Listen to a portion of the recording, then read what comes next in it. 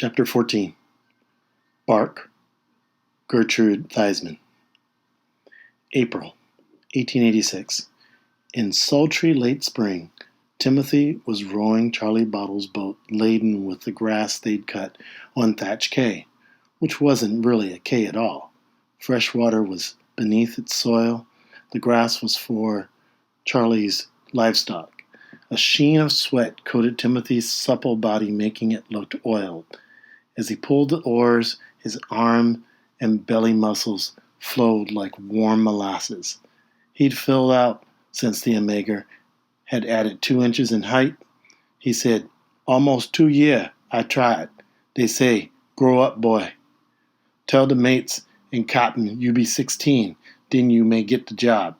Charlie Bottle's bloodshot eyes were locked on Anna Gumm's foster son.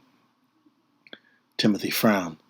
Tante Anna had always said, talk the truth and shame the devil. Long's you tell 'em you're 14, they say grow up, boy, and you got no work. Timothy nodded. Charlie Bottle was known for his wisdom, like Tante Anna and Robert Averill. "And you look 16. You do. You a big boy now," said Charlie Bottle. There was no breeze to fill sail this day. The knock of the oar locks, the slap of water against the bow, were the only sounds as they went south toward Cokie Bay, where Charlie's donkey cart awaited. Timothy nodded again. That was true, he thought. Big as most men, strong as most men. 6 days later, he announced to Tante Anna that he was finally going to sea, on a bark bound for Rio de Janeiro. He'd heard of that place down in Brazil. He'd seen ships from there. He heard their Portuguese-speaking sailors. Tante Anna congratulated him with a sad face.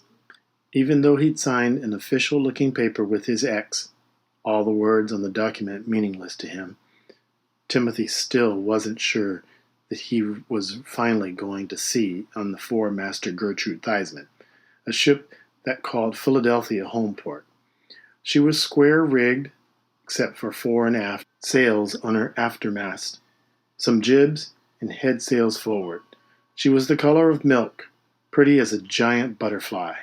He remembered Mama Geach's saying 2 years ago he'd get a goat-mouth ship, a bad-luck ship, unless he or Tante Anna paid her 2 krona. They'd talk about it and decided that it was an idle threat.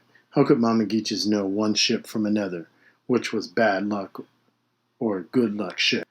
Mama Geach's had gone too far that time, but he thought about her as he signed his ex.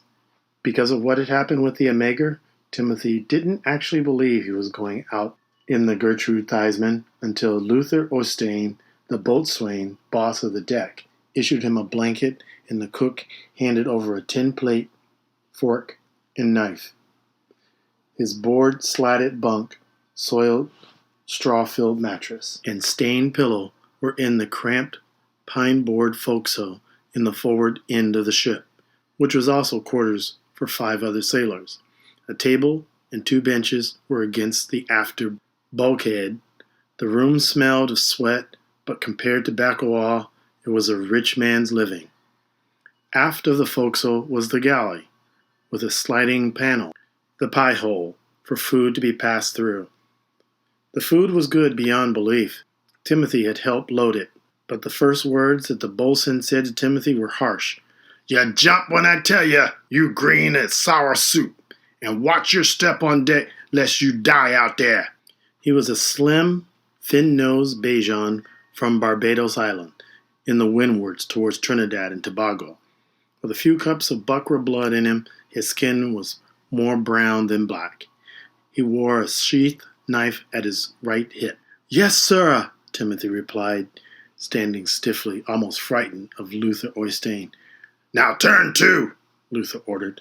"Go to work, loading stores." Timothy had always heard that second mates and boatswains, often one and the same on sailing ships, were naturally mean. Too well he remembered Nyborg of the Omega. Maybe they had to be mean to survive. The white chief mate, Tanner, who seemed pleasant enough, as had the captain, they left the bully talk to the Bajan. When the Bajan moved off, Horace Simpson, The oldest of 4 Negro sailors suggested, "Do as he tell you."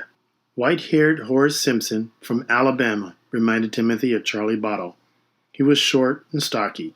Timothy said, "Yes, sir," though ordinary sailors were never sirs.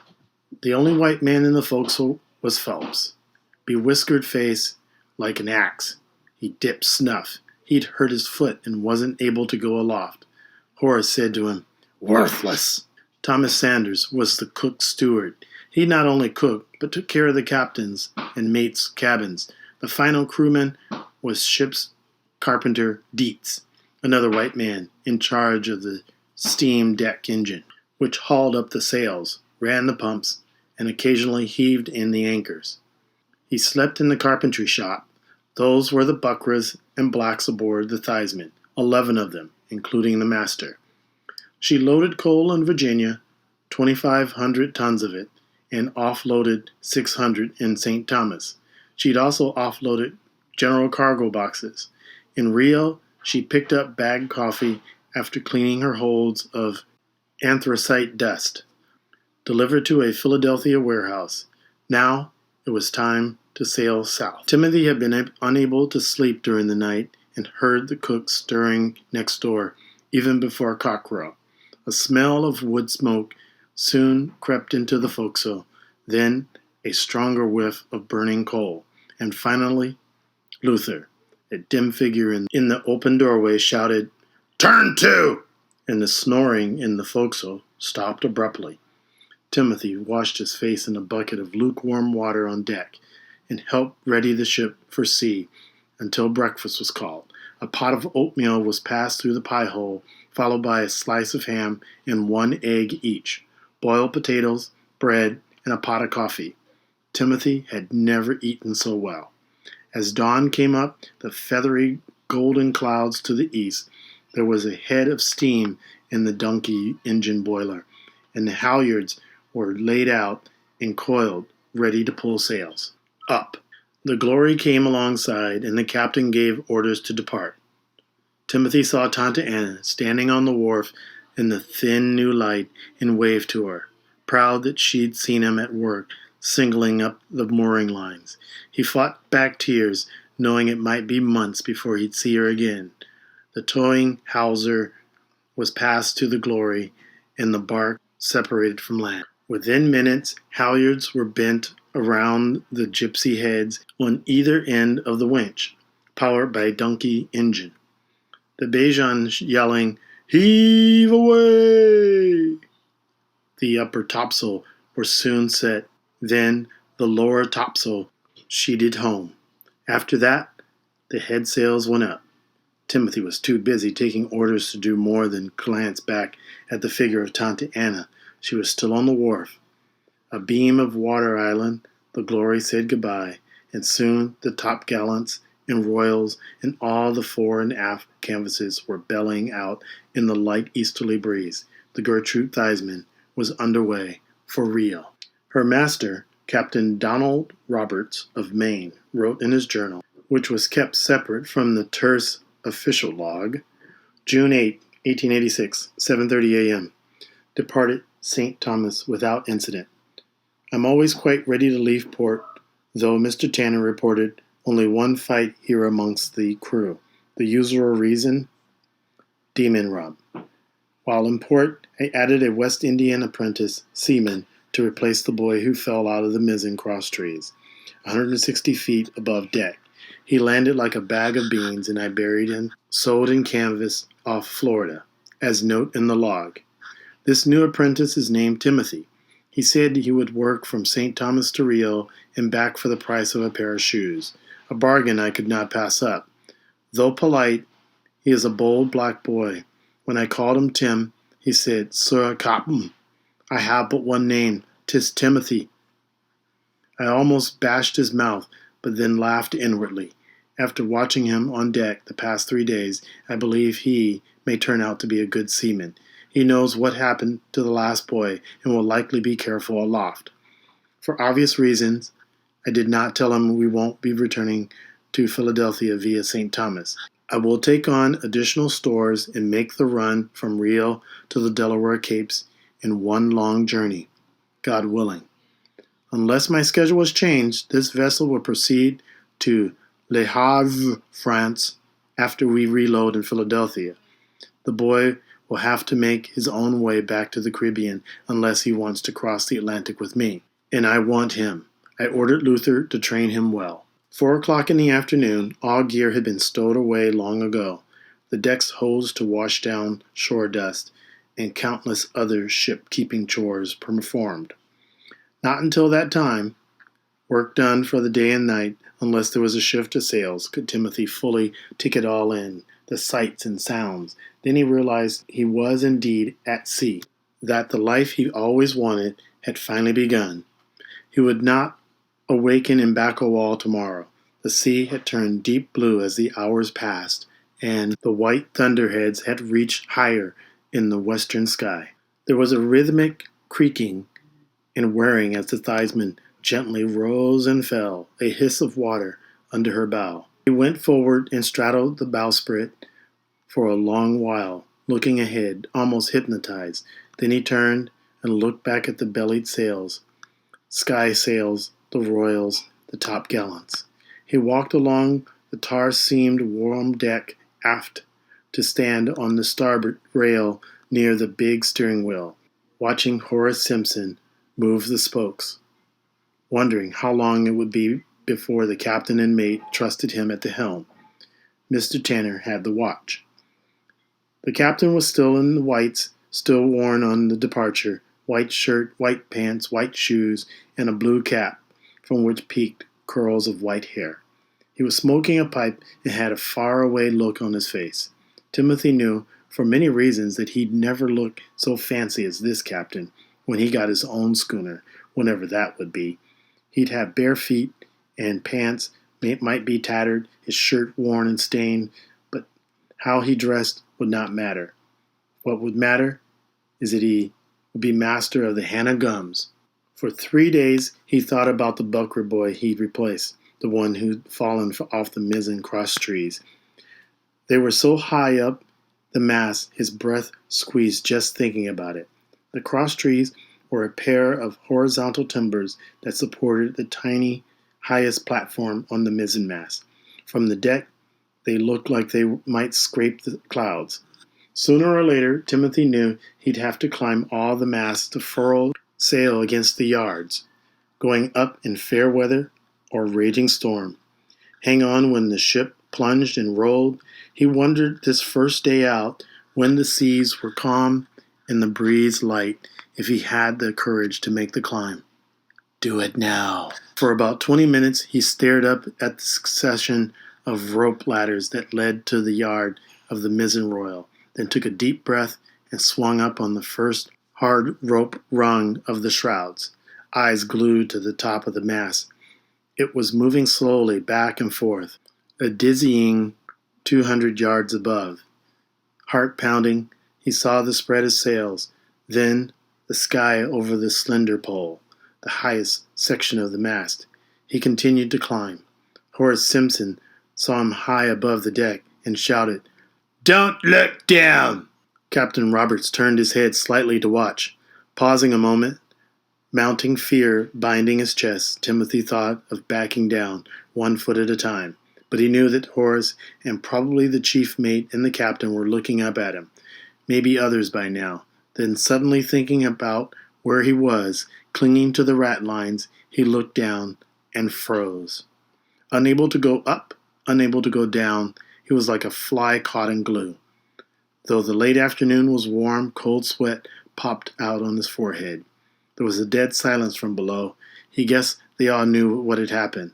They sailed a long time and had seen it happen before. Would someone come up and get him down? Would they tie a rope around him and lower away? He'd be disgraced, his first day at sea. Luther would say, "Boy, you lie. You a child. You're not 16. Then laugh at him. Tante Hannah had been right. Don't never lie. He knew that his fear would not let his body move, no matter what he said to it. His hands, grasping the rope rungs, were already aching. His legs felt like stones. Surely he was being punished for lying to the captain about being 16. If he got down alive, he'd tell what his real age was.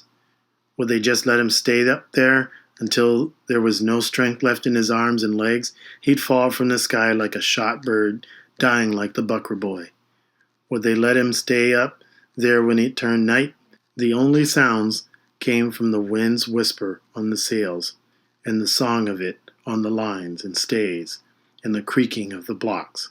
He could not hear his heartbeat, but felt the drumming in his chest. He ground his teeth and clung on. He had no way of telling time, but it seemed like almost an hour passed. He was still stuck like a weak, sick fly.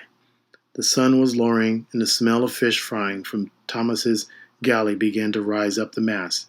Yet Timothy could not bring himself to yell, "Come get me down! Please come get me down!" After a while, he heard Thomas summoning the crew to eat, and knew that the captain and Mr. Tanner had gone below for their meals. Maybe Horace was no longer manning the helm. They were ignoring him as the sinking sun slanted along the mizzen skysail, brushing it with gold. He looked up at his goal, the cross trees above the foot of the mizzen royal, and tried to unlock the fingers from the rung above and move a leg at the same time. He swallowed and set his teeth, but his body parts still didn't work. They were paralyzed. He clung to the ratlines when the sun went down, turning the sea gray. The sails became shadowy. The breeze took on a chill edge. He glanced toward the stern and the Theismann and saw the wide path of white water that would soon turn light yellow as the sun set. He now knew that the crew planned to let him stay on the shroud rungs all night if he chose to do that. Die if he might. Just before total darkness, he felt the swaying of the ladder ropes beneath him and heard a voice say, "Move on up to the cross trees, Timothy, one step at a time." Then Horace Simpson touched his ankle and said, "One step at a time. And go on up, boy." Timothy felt his hand unlock, the strength came back to his knees, and he reached for the next rung.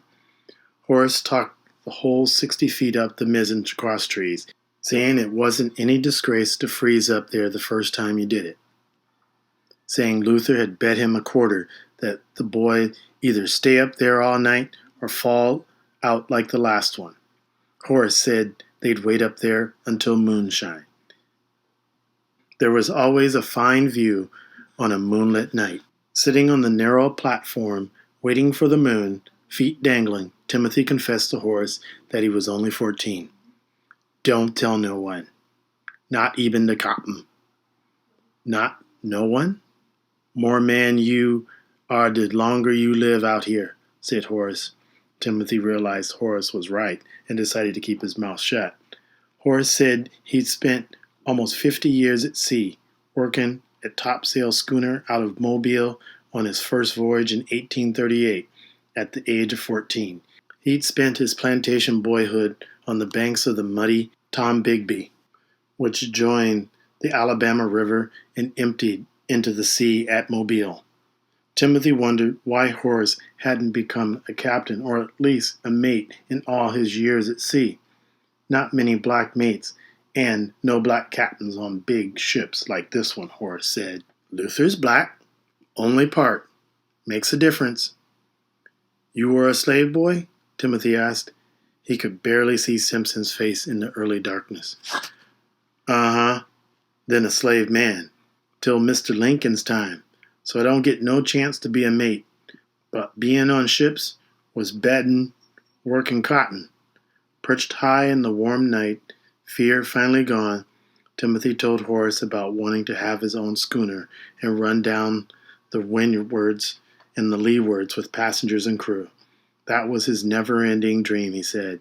Horace laughed softly and said he thought Timothy ought to learn how to sail before thinking of being a captain on his own vessel. They descended from the mizzen cross trees after moonrise, around 10 o'clock. Luther Oyston had the watch, and Phelps was on the helm. Oyston said to Horace, "I owe you nothin'. You helped him down." Horace said, "Nice night, bosun," as they headed for the forecastle. In his bunk, as the Theismann tacked back and forth, going southward toward Rio, Timothy wondered if the father he'd never known was anything like Horace Simpson, or was he like the cruel Bejan, Luther Oyston?